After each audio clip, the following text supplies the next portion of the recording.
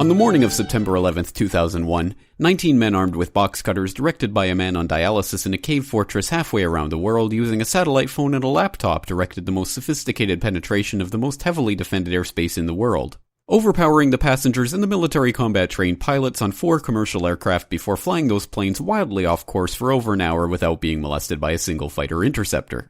These 19 hijackers, devout religious fundamentalists who like to drink alcohol, snort cocaine, and live with pink-haired strippers, managed to knock down 3 buildings with 2 planes in New York, while in Washington a pilot who couldn't handle a single-engine Cessna was able to fly a 757 in an 8,000-foot descending 270-degree corkscrew turn to come exactly level with the ground, hitting the Pentagon in the budget analyst office where DoD staffers were working on the mystery of the $2.3 trillion that Defense Secretary Donald Rumsfeld had announced missing from the Pentagon's coffers in a press conference the day before, on September 10th, 2001.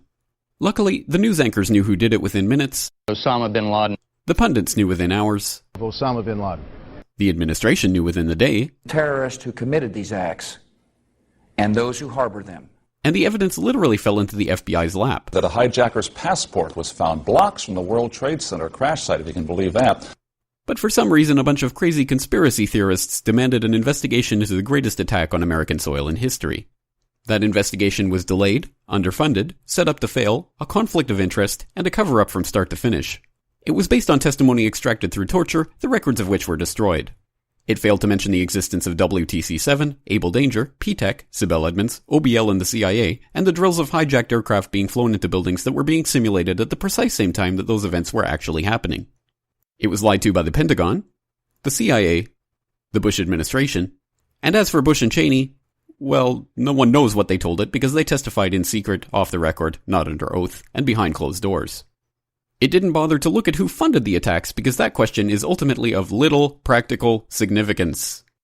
Still, the 9/11 Commission did brilliantly answering all of the questions the public had, except most of the victims' family members' questions, and pinned blame on all the people responsible, although no one so much as lost their job, determining the attacks were failure of imagination. Because nobody in our government, at least, and I don't think the prior government that could envision flying airplanes into buildings. Except the Pentagon, FEMA, NORAD, and the NRO. The DIA destroyed 2.5 terabytes of data on Able Danger, but that's okay because it probably wasn't important. The SEC destroyed their records on the investigation into the insider trading before the attacks, but that's okay because destroying the records of the largest investigation in SEC history is just part of routine record keeping. NIST has classified the data that they used for their model of WTC-7's collapse, but that's okay because knowing how they made their model of the collapse would jeopardize public safety. The FBI has argued that all material related to their investigation of 9/11 should be kept secret from the public, but that's okay because the FBI probably has nothing to hide.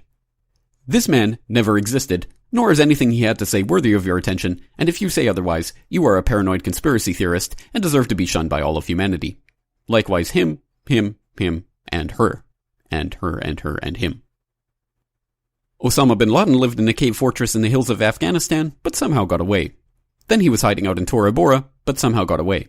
Then he lived in Abbottabad for years, taunting the most comprehensive intelligence dragnet employing the most sophisticated technology in the history of the world for a decade, releasing video after video with complete impunity and getting younger and younger as he did so, before finally being found in a daring SEAL team raid which wasn't recorded on video, in which he didn't resist or use his wife as a human shield, and in which these crack special forces operatives panicked and killed this unarmed man, supposedly the best source of intelligence about those dastardly terrorists on the entire planet. Then they dumped his body in the ocean before telling anyone about it. Then a couple dozen of that team's members died in a helicopter crash in Afghanistan. This is the story of 9/11, brought to you by the media which told you the hard truths about his head could be seen to move violently forward. And they took the babies out of the incubators. And mobile production facilities.